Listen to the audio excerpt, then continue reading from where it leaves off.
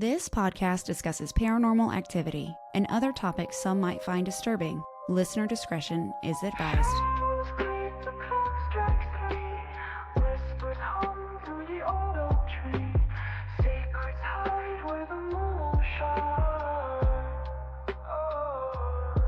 Is it a chill or a ghostly breeze?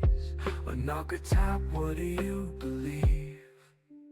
Ghosts, gossip, gather around, where the lost and the haunted are found. Ghosts, gossip, don't make a sound. Truth or tales, we'll dig it out. Hello, everybody, and welcome to another episode of Ghost Gossip. Today I have my favorite tour guide of all time, Miss Jenny from Missouri State Penitentiary. Hi, Jenny. Ashley, you're going to make me blush, girl. Hey, I'm so excited to be here. I'm so glad you're here. I think that's how I met you, like this. It was so much fun. You were like, before I got inside, I was standing outside and I looked at my friend Tony and I was like, do you think she's here?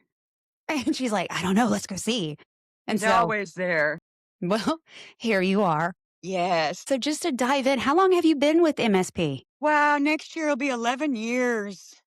11 years. I tell you, I never in my wildest dreams thought that, I thought first it was like, hey, that'd be a cool part-time job. And 11 years later, it really has turned into a career, second career, because what a lot of people don't know is us nighttime people, most of us have full-time day jobs, so we go our day jobs and then, oh yeah, we're committed, girl. You're committed in there. Literally, in more ways than one. Yes, but we love it, and that's why we keep going back. And, I am just in awe still to this day. Every time I pull in, I truly am. So it has just been a wonderful experience from day one. Now, are you from that area? So were you familiar Yes. with it? Okay. Oh, yes. So I was actually born in Sedalia. We won't go down the rat hole, but it's about 50 miles west toward Kansas City. Moved to Jeff City when I was 3. So, yeah, I'm a lifer. It was here all the time. I have actually told people, looking back, it's kind of weird. There were times when you were grown, well, me anyway, I actually forgot the place was still here and it was still running, at that Yeah. time. And you just didn't even think about it. At least I didn't. When we were young, you went through the phases of, hey, it's cool. We've got this maximum security prison over here with this big giant wall, and you drive by and you just never really understood. Even as grown people, you just didn't understand what was going on in there. But yeah, literally forgot about it at points in my life. Crazy. Yeah, because it is like massive and it is right in the middle of everything. There. Well, and it's up along the river. So really, if you did not live right there or have a reason, and when you're older, you're busy. Life is different. I don't think I even ventured in that area for a long time as a grown person. Didn't have a need to. So yeah, it literally just wasn't in my mind that the place was even still there. Yeah.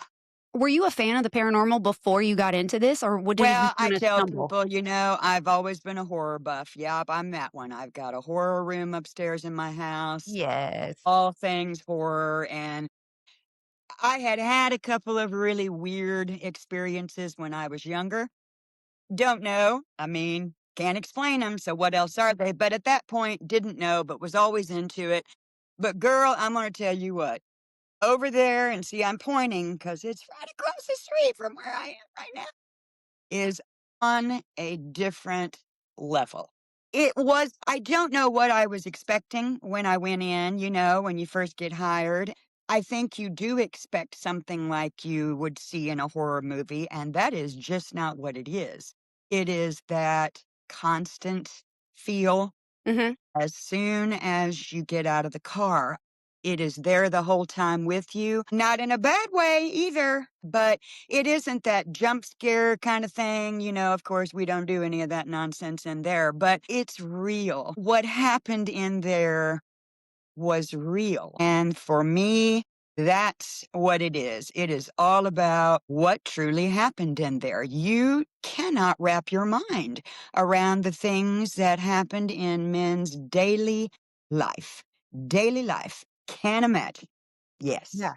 So the first time I heard about it was Colin's video that you were in, and that was the Yes. first time I ever heard about it, and I watched it, and I was like, "I That was a have to." wild night, girl. See, that was a wild night. And it's not Yeah, always like that in there. It just truly isn't. It's always something different. But I've always loved it. And now it's just different. It's on a completely different level. Anything can happen in there, truly anything. I've almost experienced anything you can imagine paranormally. that is so cool. So when I was there, I didn't really have anything happen, but I think I was like I had protected myself down to, like I was like, "All right, spirit guides," and, they were like, "Okay, I got you. You're just not gonna feel a thing." Well, I'm going to just tell you because I'm honest about it. There are times I'm in there that, no, not, I mean, nothing. Lots of times. Mhm. It isn't up to us as Right. to whether or not they're going to decide to show themselves or do anything. But the things that I have experienced in there at times have been anything from the most random, like, okay, did I just hear something get whispered in my ear, to full on pokes, seeing things, audio, things that I still to this day, you go back and you look at the pictures and you're going, "What?" And Mhm. that was down the hall from us, and we had no idea it was happening at the time until somebody goes click, with a camera or what have you. So it can literally be anything at any time in there and nothing at all. But even if it's nothing at all, the experience of that place is overwhelming. It Mhm. is it is overwhelming. You Yeah. just can't even take it all in. You It's just can't. huge. It's Yes. huge. I don't know. It's probably a question, and I meant to bring a pad of paper and pen because I'm hoping we talk about some things that I don't know the answer to so I can try to find out. We have a couple of really, big historians that will go down that rat hole and get the answer if it's out there, but I don't really know square footage wise, how big those buildings are, but you don't get it until you step out that back lobby and and you're like, wow. I can't count how many times I have heard guests step out that back door and what you hear is whoa or wow because they're just huge. They're just huge. Yeah, and knowing the prisoners built most of the buildings, it's like, The okay. 3 the 3 that are still on tours and hunts and investigations, of course, they all 3 were built by inmates. So again, you have got so much residual factor in there and connection in there, again, that we probably will never understand what those connections are with those men, but souls are left there. Yes. It wasn't a place of rehabilitation or redemption. It was a place of violence and brutality and survival. And it was crazy. It was just crazy. From start to finish. Really, truly, I don't think ever got any better. I mean, of course, reform happened, but in the later days, but it just wasn't pleasant Yeah, that anymore. was one of my questions about when did the prison reform come through? Because I know at one point, I'm not sure if it was your tour or something I read, but at one point it said that the prison was at one time what other prisons strive to be. And it was like, We were like wearing things like a badge of honor. I say we. People always ask me why I say we. No, I did not work there. I get asked that all the time. Again, I'm connected, so it is a we thing I over there totally get for it. those of us that are there. They wore it as a badge of honor. The punishment that they doled out, it was like they were proud of what they were doing in there, and again, I tell people on tours, we can't comprehend it. We are not supposed to. That is not how we are as a society and haven't been for decades. But back then, if that's when you were living, you would not really have thought anything of it because that's the way it was. I make the comparison to Shawshank, and that is completely fictional, the whole thing, but it was not fiction over there. And that is exactly what was going on in the early days. So, to answer your question, well, first reform didn't come in until late 20s and 30s, and we had already been operating for 70, 80 years by then. So, it was the factory owners that were running that place and the guards in the beginning. Then, of course, state gets involved later, government, but it was still bad.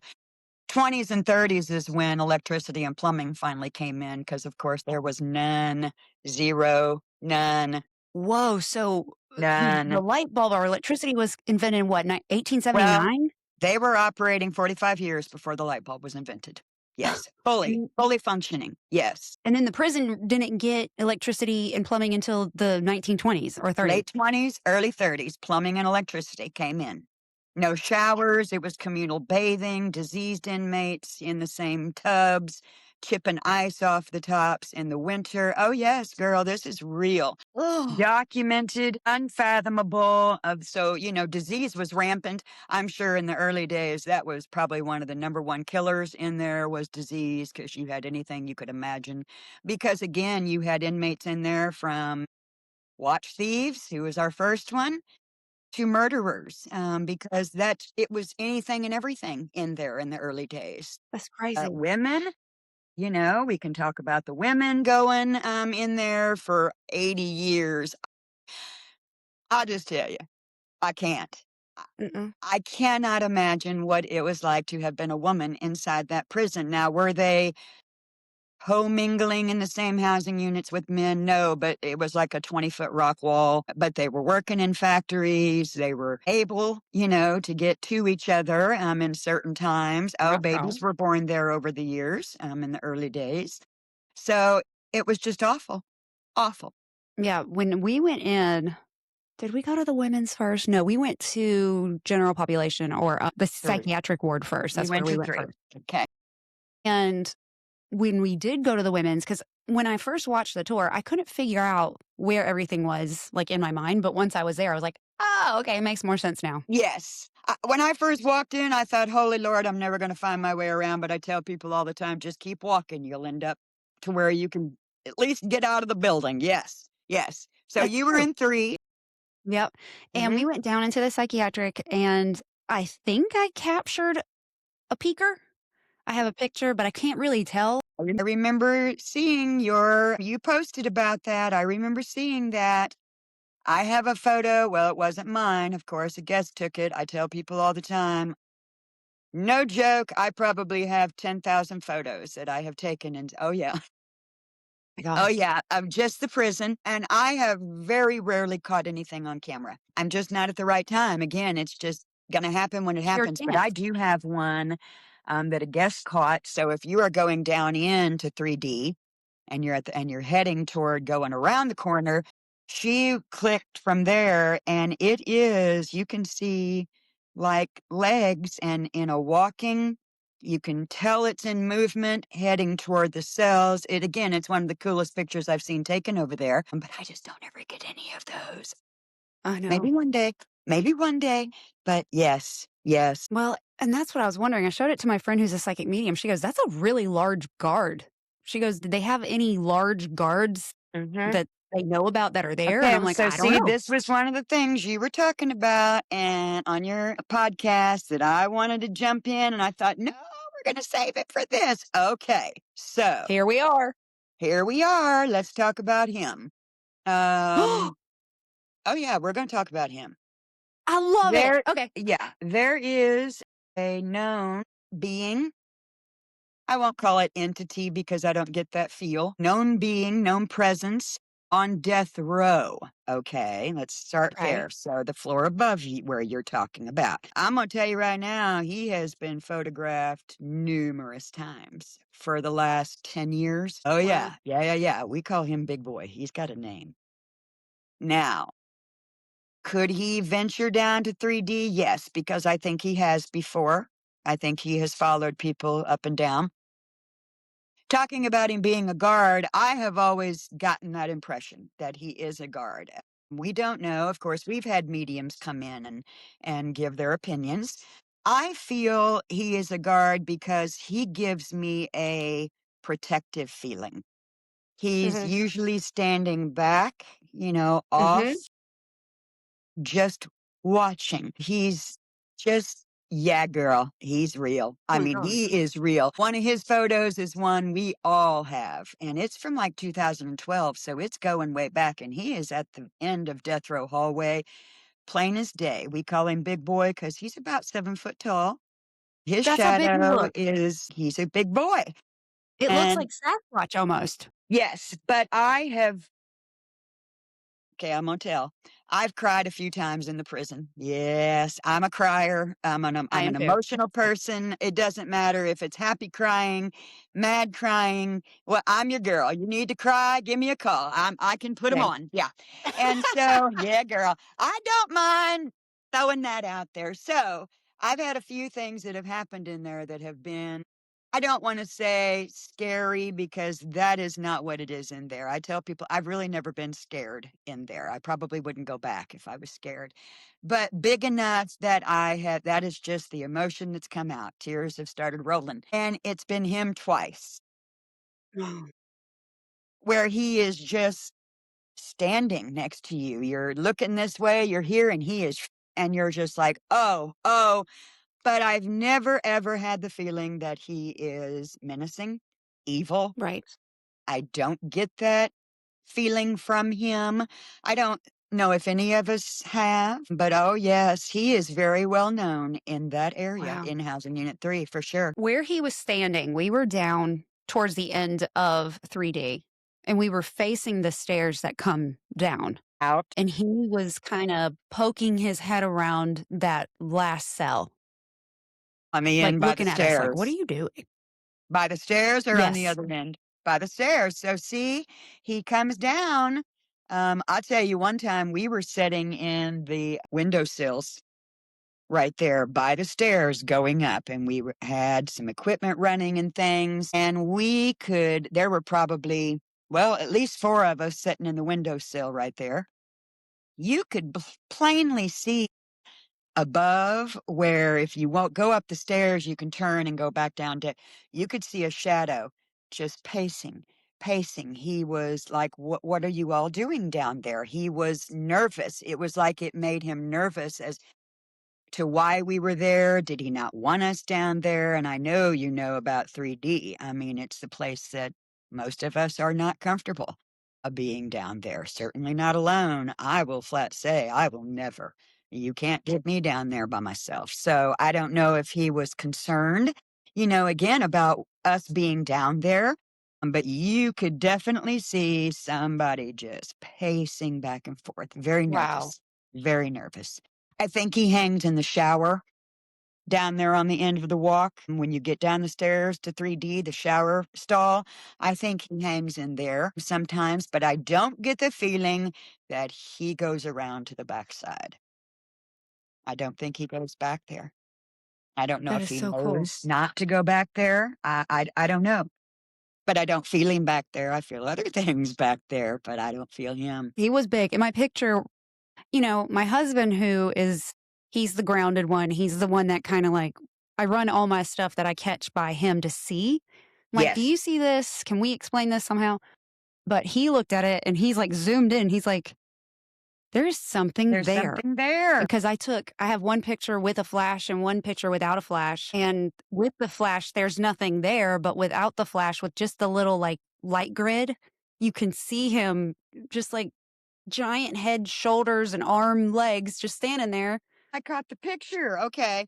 We were coming back out from the backside, and I just stopped and took a picture of the stairs going out. So the stairs were lit up, but everything down where, below was dark where we were. And I didn't even see it, but a very good friend who has been at the prison many, many times actually was looking and he's like, "Do you see what you caught?"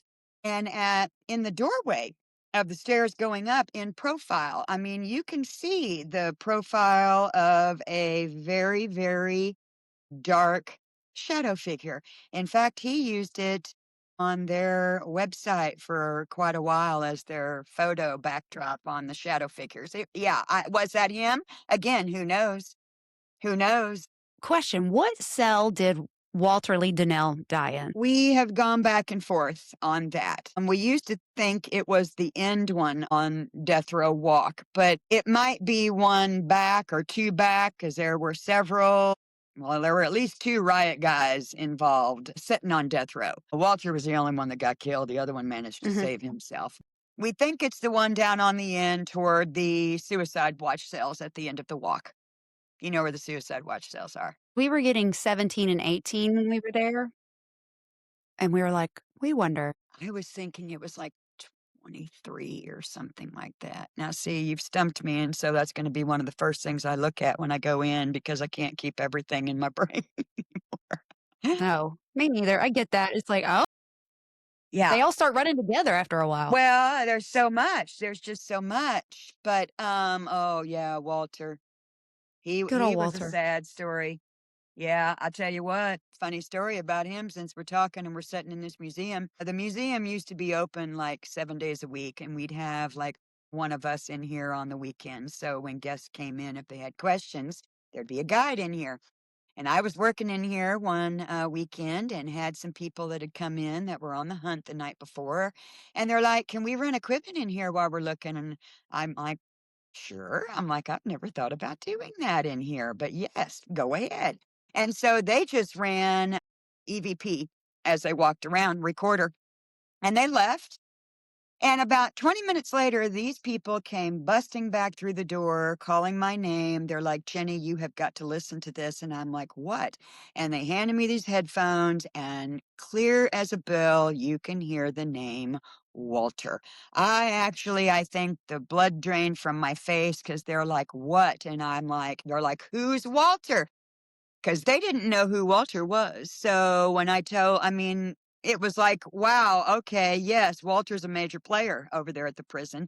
And the Right. correlation of that was pretty crazy, pretty crazy. I've never talked to Walter over there.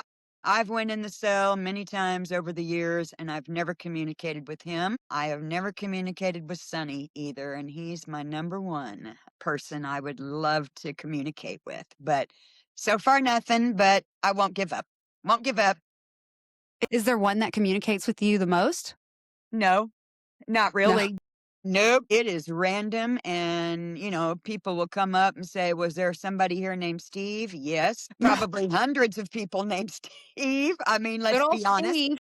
Yes, but it's random names. I don't think I am talking to the same person usually most times. I just don't.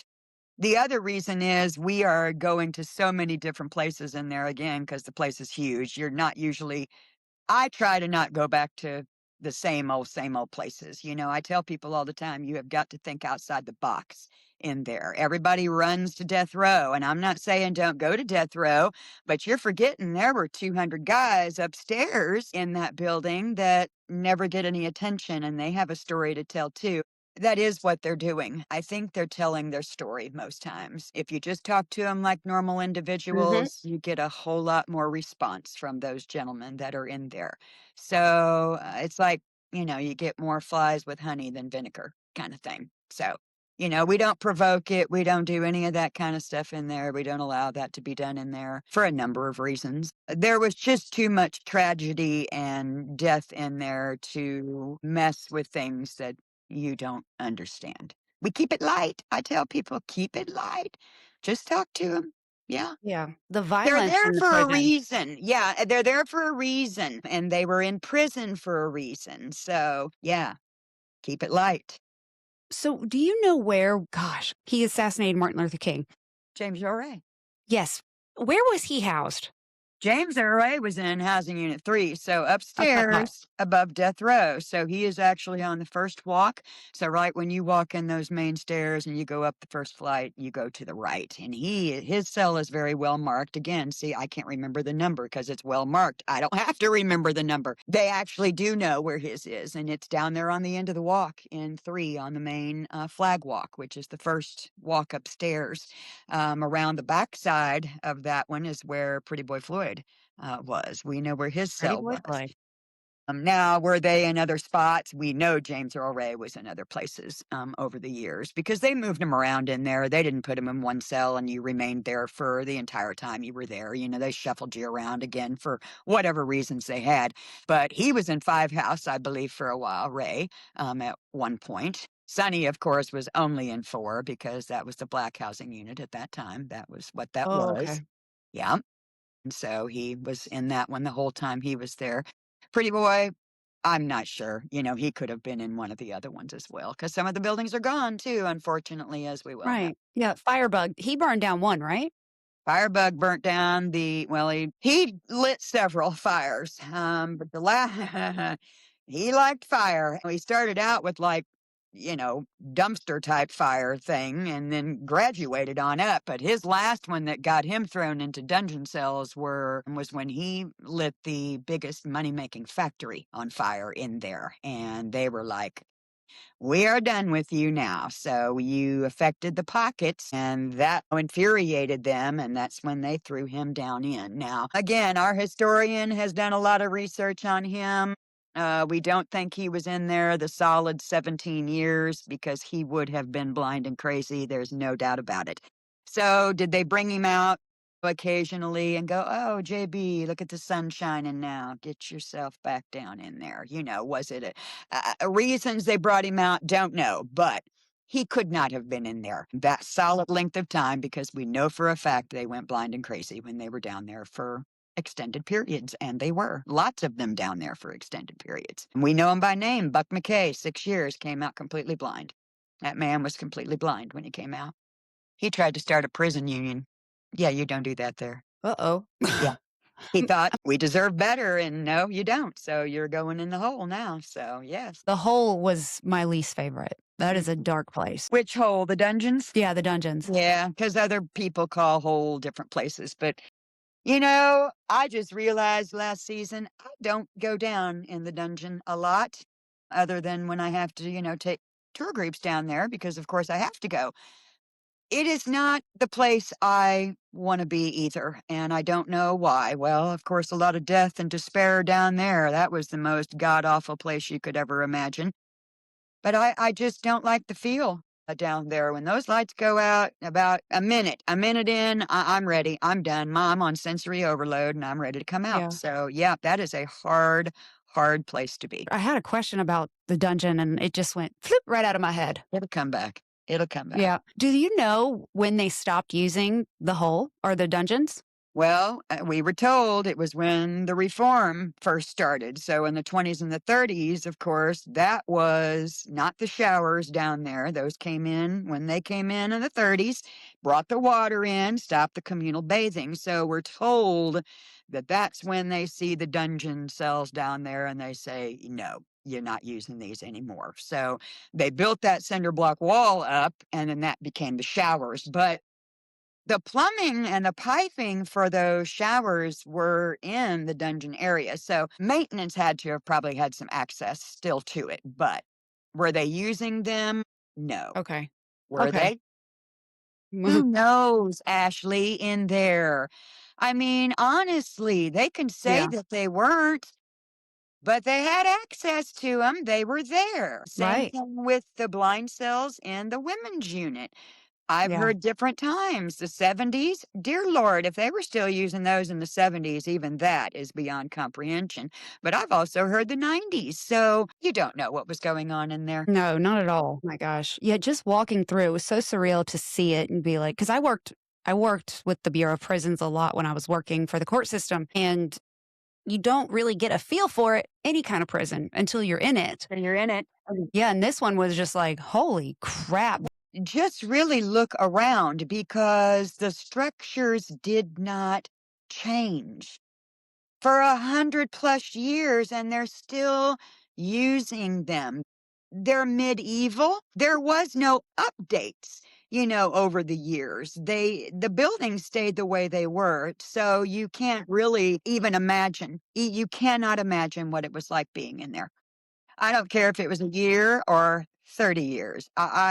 Survival, I can't. I can't imagine that because you were told when you first got sent there within the first week, you better get yourself a weapon. If you have to buy it, make it, steal it, you better get a weapon because you're going to use it in there. Or And you're going to die. yes. And I mean, sadly, so many did for so many reasons. What did they do with their bodies? That's a There were morbid question. Well, no, because it's one of the first things I thought of. So where did all the bodies go? Well, I would imagine in the early days, and I'll just throw it out. I'm sure some went into the Missouri River. It's right there. When they were taking them on barges for work sites, if they jumped off or if they died en route, I'm sure they just went over the side. There were supposedly 3 different cemeteries on site over the years. Now we're told, and on record, it shows that they were moved. And one of them was moved to a location that became Lincoln University, one of the first predominantly black colleges in the U.S. is in here in Jeff City. And they wanted the land, and so they moved it again. And they moved it to a location a little bit farther out east that then Highway Patrol one of the land, and supposedly they got moved again. So that in itself is awful to think about, but it's even more awful to think about the fact that I'm telling you flat out again.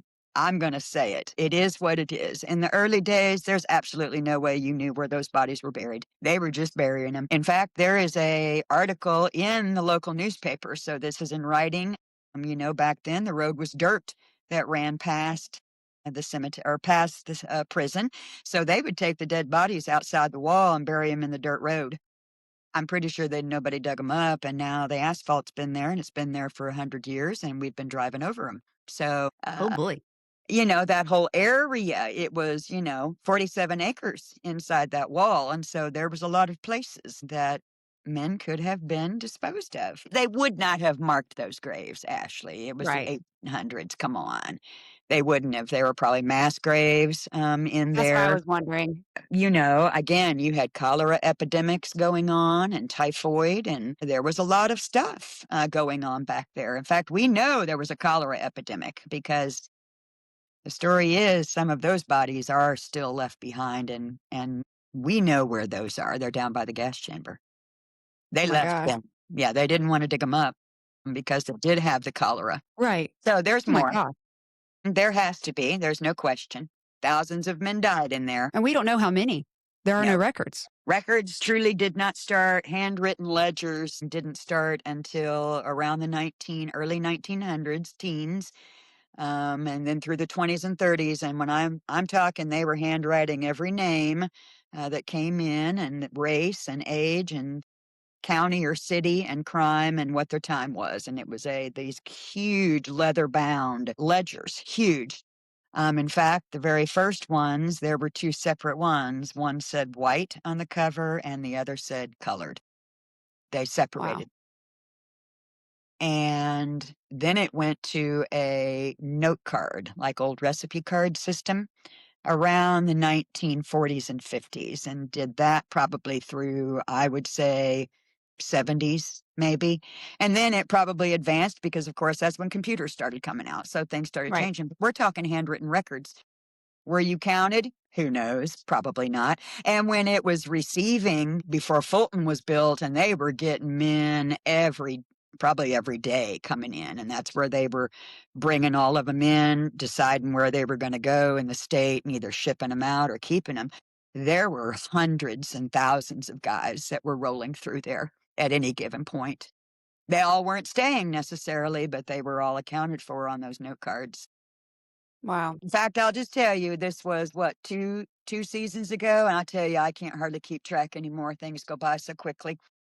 I think it was 2 seasons ago when they were closing it down. There was a door up in the lobby area. So, in the lobby where you can go up in that dress out room, Mhm. there are a couple doors in there.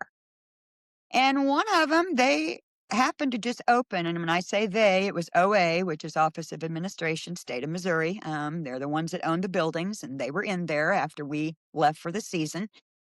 And they found this file cabinet and these card files. And when I say card files, I'm talking like old library, the old card library system of names and these leather bound ledgers. And it was all of the inmates' names on, and there are literally tens of thousands of note cards. Oh It's my gosh. unbelievable. It's unbelievable. There Are is they in the no way. museum? They actually were brought over here, and myself, and I'll name him because he won't mind at all, Officer Chris Joyner, JCPD. He loves the place just as much as we do.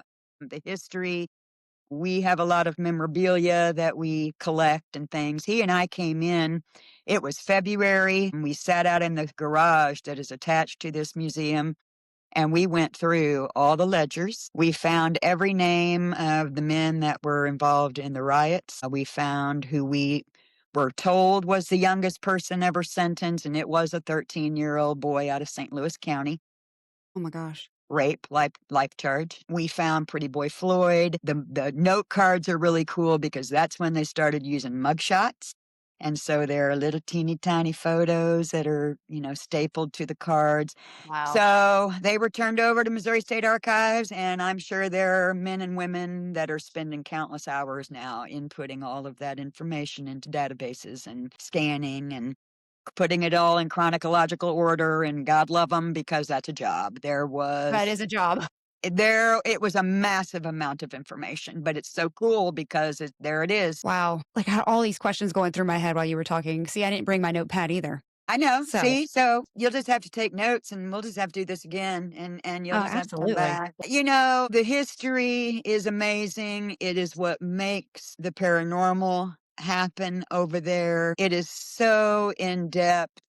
You can't even know everything there is to know about the place, it being the oldest prison operating, west of the Mississippi, and just closing down 22 years ago. I mean, so many men and women went through there with such a story, such a sad, sad life story, most of them.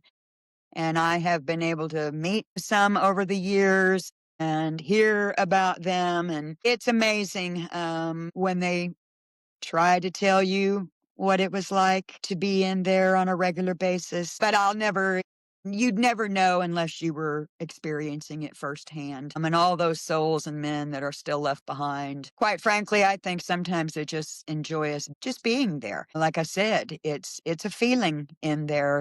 And if you're either gonna feel it or you're not. Because we have people that come and go over there, and I say, does things happen all the time? Nope, because we're not gonna stage it for you. We pride ourselves on not doing that. But man, when it does, I have got so many things that I'm telling you, I truly can't believe I go back in most times. And really, it's like, have I lost my mind? Is there something wrong with me? There just might be, but it gets into you. And I think all real paranormal places that have that kind of a background, I think it does get into certain people. You're either going to get it or you're not. I mean, I can talk about the thing. I tell people all the time, I can tell you all day about the things that have happened to me, and whether you believe me or not, I don't really care because I know Hmm. I do.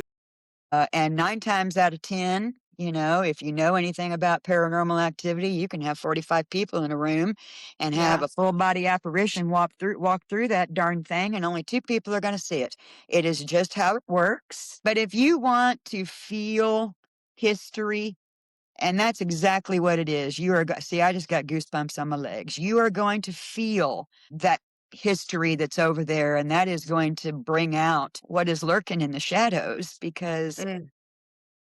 that's where it is. And just walking through, there ain't nothing better than just walking through. Don't even talk. Just walk through. Just walk through Yeah. and listen, and don't force it to happen. I tell people that all the time. Don't force it. Just sit down and let it happen because it will. Hmm. Yeah. I just love seeing it. I was like, I tell people I'm not an investigator. I have tools and such, but I don't investigate. I like to Ghost experience and hunt. feel. Okay, we were just talking about this, Ashley, over the break. 3 guys, female. We're all ladies. And we're all just like, we don't really want to ghost hunt. We just want to experience the Yep. place because that is all you need to do. I tell people, all right, I made it my mission last season, put the equipment down. Just put it down. You're constantly looking at your phone for something to go off or catch something on Right. photo or watching a K2. You are going to miss that subtle little thing that was up there on that walk if you just put the equipment down. You don't need all that. Feel it on your skin.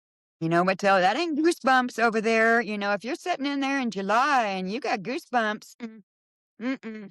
Yeah, Right. let it Well, tug at you a little bit. they grabbed Penn when she was here, they grabbed her arm. Well, I've been poked a couple times really, really hard. I've never been fully full on grab. Poked, absolutely. And again, when it happens, you know it. It's real, but it's never enough to not make me want to experience more.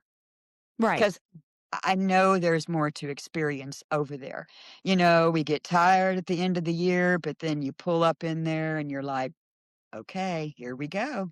I mean, this is it. Look around. Just so many places to go. I'm telling you, I haven't even been in all the places that there are to go in there in 11 and 10 years. There's no way. No way.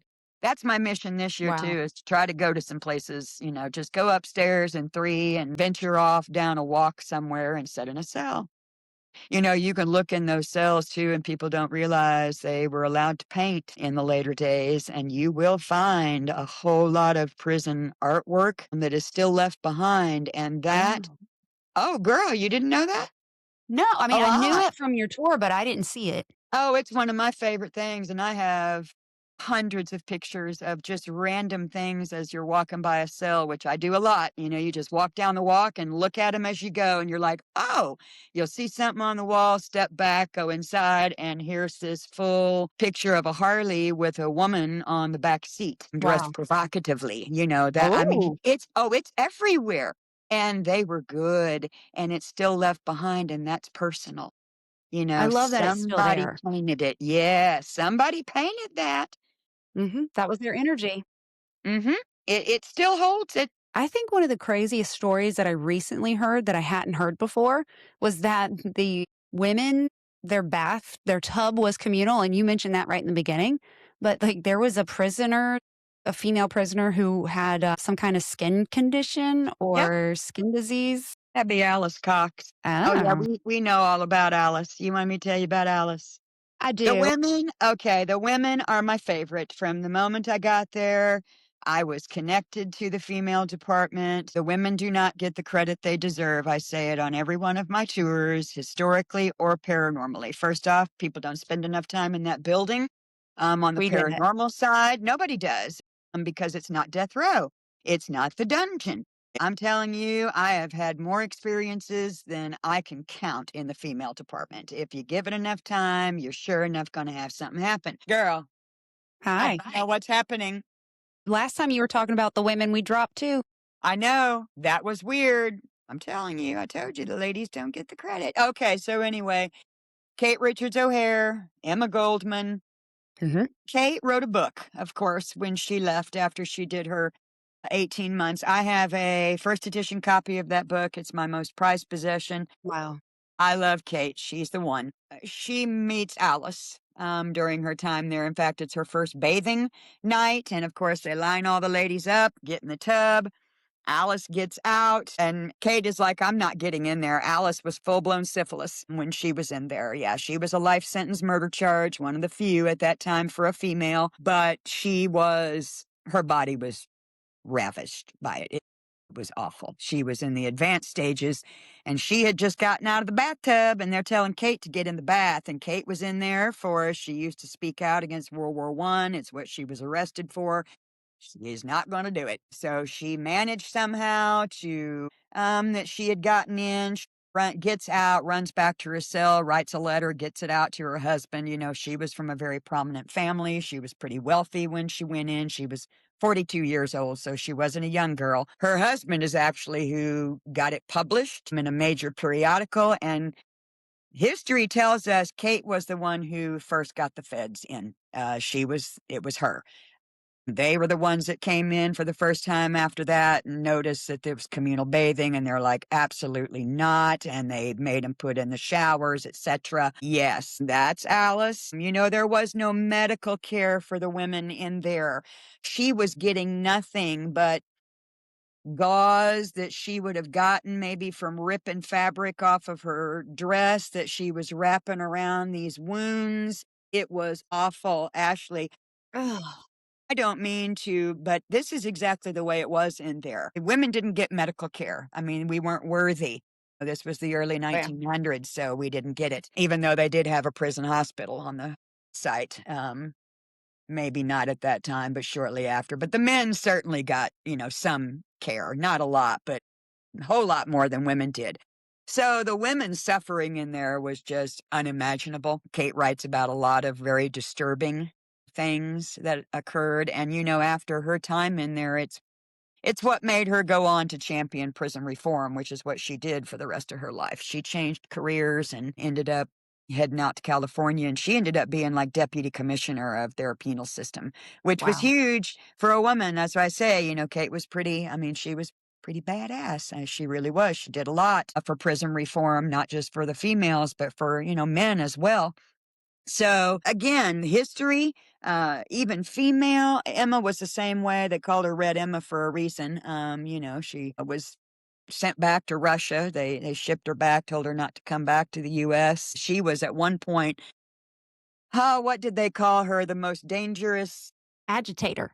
yes, and of modern times or whatever. And it's like, wow, you look at her and she had them little tiny little wire glasses, didn't look like she could hurt a fly, but it was because she was trying to do something that they didn't like. I mean, again, times were different, back then. So we don't know a lot about the women, and that's unfortunate. But when you started talking about Alice, it made me think of something else that was on the show that I wanted to bring up, and that was a woman you called Louise.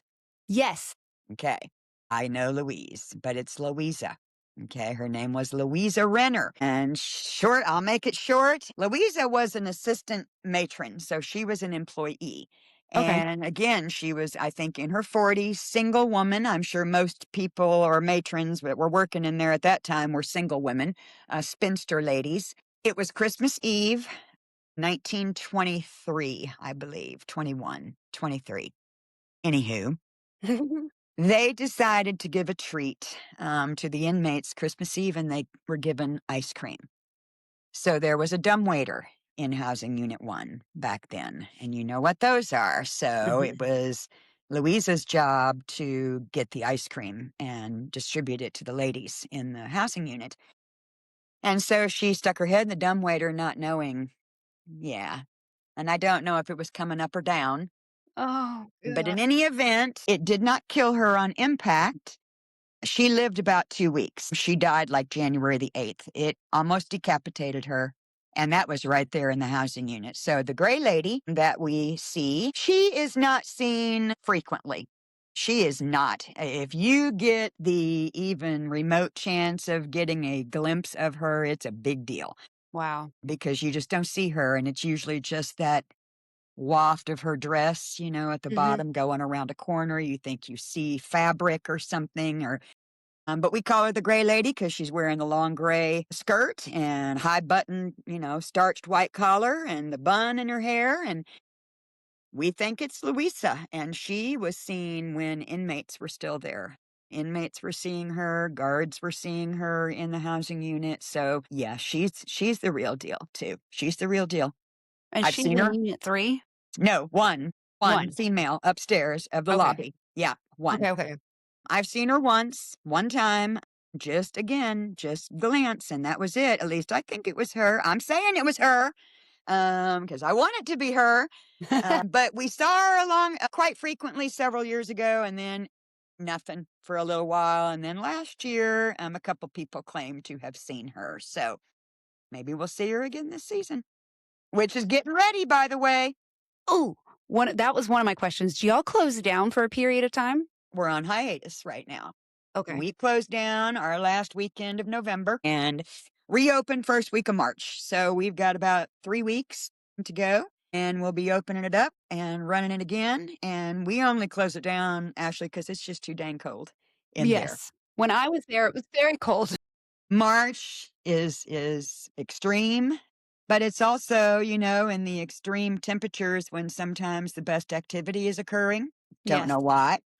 Then other time, when nothing's it's just kind of flat because it's like, eh. So I don't know if it stirs them up, the cold, us being back in there, because they've been sitting for 3 months too, Yeah. locked up with no interaction whatsoever. So they're usually ready to get going when we get back in. So yeah, we're getting I was ready. gonna ask, are they more active when y'all fire back up in March? You know what? It is. You're like, "It's just active." It just is. And you just don't, people are like, full moon. Sure. Yes, thunderstorm, absolutely. Random Wednesday night, you better believe it. Oh, it, yes. My answer is Yes. yes, Okay. yes. I Uh-huh. love it. Yep. Well, I know with my haunted house, it was closed up for 4 years. And Mhm. so when we moved in, we kicked up a lot of like, Oh, "Sure." absolutely, absolutely. I also think they know when we're winding down. It almost seemed more apparent this season to me than it had any other. It just seemed like they got quiet, settled, and they knew that we were getting ready to, shut it down for the years. I think they know our schedule by now. They've Oh, been yeah. doing those tours since 2009. They know. They're aware of when we're coming and going. Yeah. Yeah. Well, my husband has one question. Absolutely. He wanted to know, what is the most interesting historical fact about the prison or the land that the prison's on? Like, in your opinion, what is, like, the most that, like he loves history. He's a history Me buff. too. And I tell people all the time, I did not realize I loved history until I started working over there. Mhm. And that's as true a statement as I can make. People think history is boring, and boy, it's just not. Not all history, anyway. Right. The fact that for so many years, so many men were treated worse than animals, beyond comprehension, right under our noses here. You see things like that in movies and you read about it and whatnot, but I tell that is hallowed ground over there. When you step on it, you need to know where you are. Period. And that is part of my job is to make sure that people understand where they are. Yeah, that paranormal stuff is great and it's fun and it gets your blood pumping, but to understand what occurred in there is what you need to get on that next level, and it requires multiple times of coming back to really understand. I'll say this. Here's one for him. How about this one? When Housing Unit 4 was all black, and it was for about 70 plus years, we know on record that they were putting sometimes 10 to 12 men in every cell in that building. 1,300 guys in a building that had about 145 cells in it. Now My think god. about that. 1,300 men in 145 cells. Just in building 4. Yep, yep. So that to me is probably the most shocking thing I've ever heard historical come out of over there. It truly did shock me that was happening over there. And again, Ashley, that was way longer than what it should have been. Yeah. That's the other thing over there, that things were occurring way longer than what they should have been because nobody understood or really knew what was going on in there. Unless you went in there every day as an employee or whatever, you would not have known. Government officials really didn't. I don't know how often they went in even in the later days and checked, really truly checked. I mean, they did what they could. People also have to understand for 158 years, that was the only maximum security prison in this entire state. Oh my god. Yeah. Oh my god. So, it was a melting pot of violence every day, every day. And of course, because they were shoved in together, I mean, pretty much. They had no choice. Again, it was just simply surviving every day in there from one day to the next. When did they make the cell blocks taller in Okay, building 4? that was when the feds came in and they saw That's what I those thought. short doors. Yeah, and those were for subservience. You Mhm. were to keep your head down. That was a rule on paper in the early days. You keep your head down. You don't raise your head without tipping your hat. And because they all had an inmate cap, you tip your hat, you ask permission while your head's down to speak. And if the guard says yes, then fine. If you don't, you don't. And so it was to remind them to lower your head. Now, again, we can't imagine what that would have felt like that you were not even given the respect of standing straight. You weren't even allowed to stand up. Yeah. Jeez. Yeah. Yeah, seeing it really made a difference because I had recorded several episodes trying to get it right. And then when I went, I was like, "Oh my god, I gotta do it again." It all goes out the window. It Yeah. all goes out the window. When you And see it I learn something all the time in there. I see something I've never seen because of the massive size. I tell people that place should have had its own zip code. When it was running and holding 3,000 inmates in there at any given time, it should have had a zip code. It had everything that any city would have needed for a reason, and just continued that way. did Just the stuff them in there and leave them. well, and I knew when they worked this was another question I had. Did they get paid for the work that they did? Pennies on the dollar. That's what I figured. Pennies on the dollar in the early days, and I think when they shut it down and, oh, don't quote me on this, but it was maybe like a few dollars a week, that they were getting, and so, no, they weren't really making any money, not Right, enough to do anything with, right. so, you know, get you a candy bar out of the commissary every now and then if you're lucky. Yeah, that's what I figured because I know in South Carolina, they pay them, but it's not a lot, so I wouldn't have guessed it would have been a lot back then, if In the anything. and in the very beginning, they were getting nothing. I mean, all that profit was going straight into those factory owners' pockets, every dime. So Not that a cleared bit of that it up. was going into the facility, not a bit was going into anything over there. I mean, they were became obscenely wealthy in the early days running that Wow. place. Ran it into the ground 4 or 5 times, they'd have to build it back up. Because they weren't maintaining it, they were just using it and producing mass product. I didn't care about the inmates' health, didn't care about the buildings crumbling around them that they were living in. And so the state would take it over, every couple of years or so and come in and they'd build it back up and then they'd swoop out and then it'd happen again. And it just kept happening till finally, then the state finally did take it over. But again, that was many years later. 100 years? It was 100 years. Mm. 100 years of operation before that happened. And it was always a state facility, like a state detention. Yes. Okay. Yes. Yep. Yep. Started intentionally to keep this as the capital of the state, the Right. city. Yeah. Mm. Yep. Well, you got to make a return trip, girl. I want to. I wanna bring Daniel. You should come back and do a live one, like Mm. from Housing Unit 4. Oh, that'd be cool. I You wanna come back. should. I want Daniel to come with me, so we do plan to come back so I can bring him because he loves history and Well, architecture. you got to do that 3-hour day tour. That 3-hour history tour. Oh my Absolutely. lord. Oh my lord. That ain't even enough. It's just not enough time. You just like, okay, tell me some more. Tell me Well, some I'll more. let you know when we're Do. heading back because we are coming back. Absolutely, girl. Well, thank you so much. Do you have I know I'm on your social media, but do you have anywhere for people to find you, or you just need to come and find you at MSP? TikTok. That Oh, and it has blown up and it's kind of humbling, but I've got about 11,000 followers look at you, girl. and I've got a couple videos that have hit 1,000,000. So Ooh. Well, what is your kind of TikTok? I'm gonna have to come follow you. it's MSP Ghost Guide.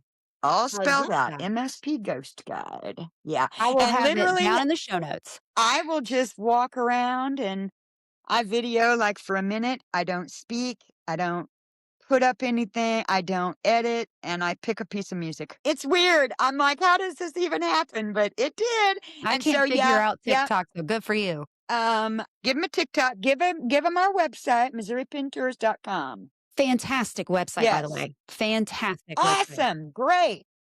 Like, I don't know who did that, but it was so helpful when I was doing Okay, good. I'll research. tell the boss that. She'll be glad to hear that. She'll be Yep. glad to hear it. Best All right. website that I've looked at doing That is good to research. hear. That is good to hear. So she will like hearing that. Yep. Well, Okay, thank you girl. so much. I You're appreciate you taking the time. welcome. Okay, I expect to see you. If I say I'm coming, I'm coming. All right, throw out a link somewhere where I can I'll share. I'm gonna have it everywhere, and I'll All have right, your stuff, girl. and then I'll let you know when this airs, okay? You have a great weekend. Thank you so All much. right, Ashley. Bye-bye. Bye, Jenny. Bye. We're not leaving. Thank you so much, everybody. I hope you enjoyed that interview with Jenny. She is absolutely incredible, and you can probably see why I love her so much. And there's an orb that just flew behind my head. But yes, I think they're just little particles of dust, but I'm not quite sure what that one was behind me. But if you saw it, let me know. Y'all can follow me. Make sure you're subscribed to the video, subscribe to the channel, like, comment, follow, share, do all the things. I will love you forever and mean it in an extra day if you'd like. Follow me, Ghost Gossip Pod, Ghost Gossip Podcast, and you can email me all of your ghost gossip at ghostgossip247@gmail.com. Until next time, they'll see you later. Bye, y'all. Dance break. Jenny dropped her internet. Dance break. Jenny dropped her internet. Dance break. Jenny dropped her internet. Waiting for Jenny to come back. Woo! Jenny! Jenny! I'm all alone. There's no one here beside me. Ooh, my nose is itching. Girl, are you there? That was wild.